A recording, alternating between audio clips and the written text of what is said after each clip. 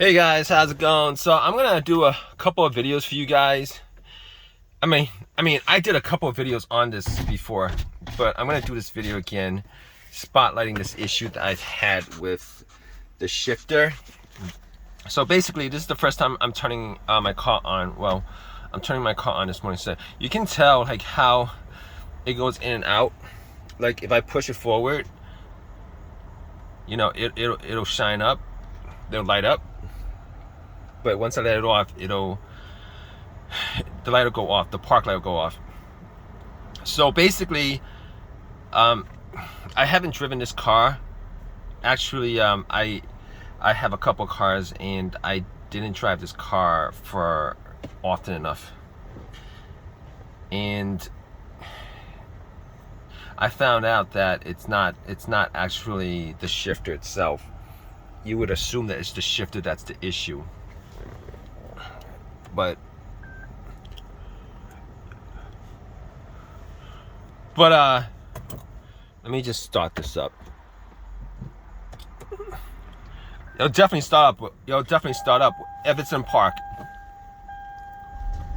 You can hear the engine come on. So basically, these hybrids have a lot of issues, battery related issues, these kind of issues when you don't drive it enough. This is my second car. This is not my daily driver, so I might take it out on a trip maybe once a week, and you know, these trips are maybe like less than 15 miles. If you guys do that often enough, like if you guys do that for like a couple weeks or weeks at a time, you're gonna get issues with this situation where the shifter, and it's funny enough, the shifter feels different when I don't drive it. Like if I drive it often enough, the shifter will just shift fine, right? If I don't drive it for, if I don't drive it often enough, the shifter will feel sluggish. I'm talking about the shifter, just shifting it will feel just absolutely different from what it does if I drive it normally. It's just a weird thing, and this is not the first situation I've had with this with the Highlanders. Now I haven't had the issue with the Prius, but I drive the Prius every day. I take it on long rides every day. This is like the first this is not the first situation I've had with the Highlander hybrids. And I had this issue. I made another video about it I had the same exact issue, and I originally thought it was the shifter that was the problem.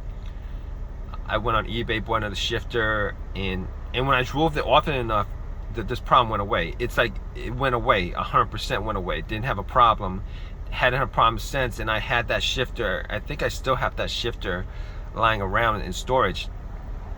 But if you guys run into this situation and it won't go into park, obviously if it doesn't go into park, you can't start the car, you can turn it off, but it's not going to be in park, so it's kind of a little bit dangerous.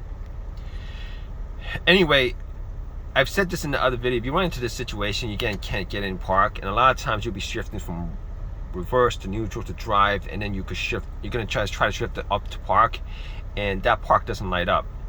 Two things that don't light up in this situation is park and the B. What is it? The B thing? I don't know what the B. I don't know what the B is, but I don't know what the B is for. Like the B, it won't light up.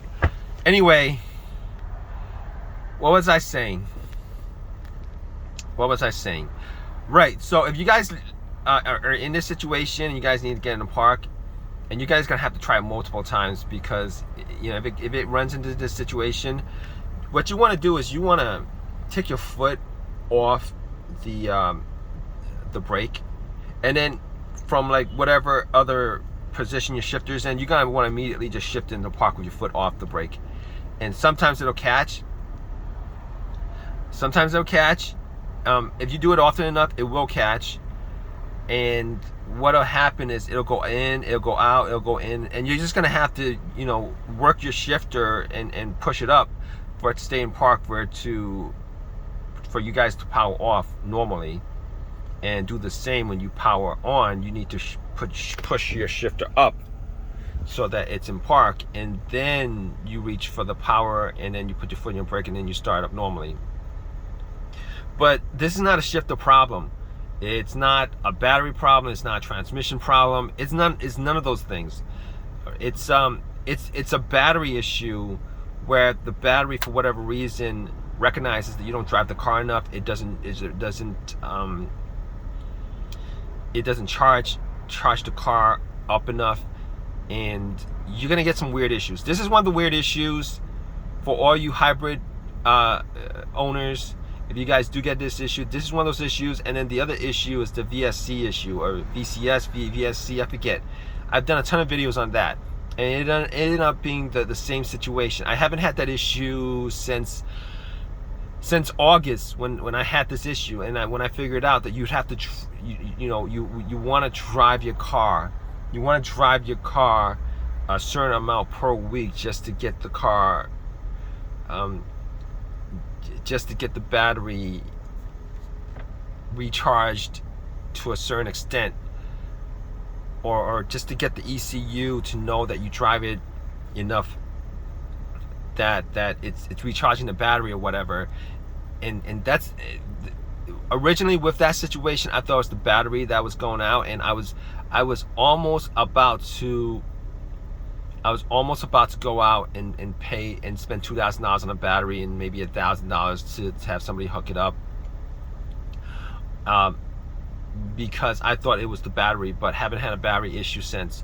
So a lot of times, I think a lot of people spend money on replacing the battery when they don't have a battery issue, and they think it's a battery issue. But if you don't drive your hybrid enough, you're gonna start having issues that is connected to the battery, but won't be specifically a battery that's, it won't be an issue where you need to replace the battery. It's just that you need to constantly recharge the battery enough times or whatever, so that the car recognizes that the battery is being, I don't know, I'm trying to find an exact word for what I'm trying to say, but I guess it was a recharge the battery to the enough times with the car's computer recognizes it, and it won't that problem won't exist, won't show up. That maybe it recognizes that's not, it's a hybrid battery, so it needs to be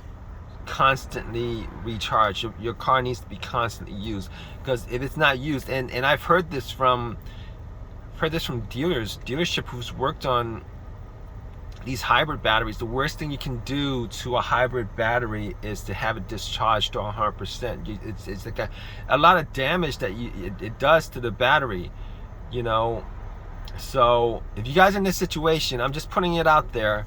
If you guys think it's the battery that's the problem, you guys might want to just drive your car some more, or enough.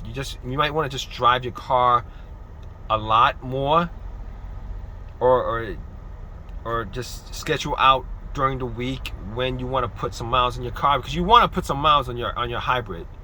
You really do.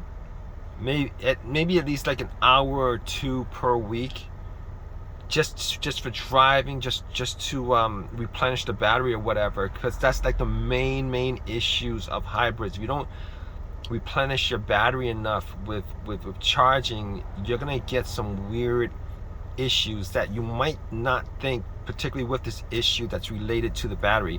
I mean, with this situation, I guarantee you, if I drive this regularly for a couple of days, it'll stop. It will not appear.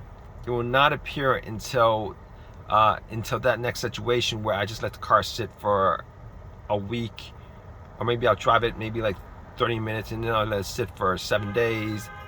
It'll just come back up again. So anyway, hope this has helped you guys out. If you guys have any of your own personal experiences with this, definitely leave a comment in the comment section. Please subscribe, please give me a thumbs up, and all that good stuff, right guys? Take care.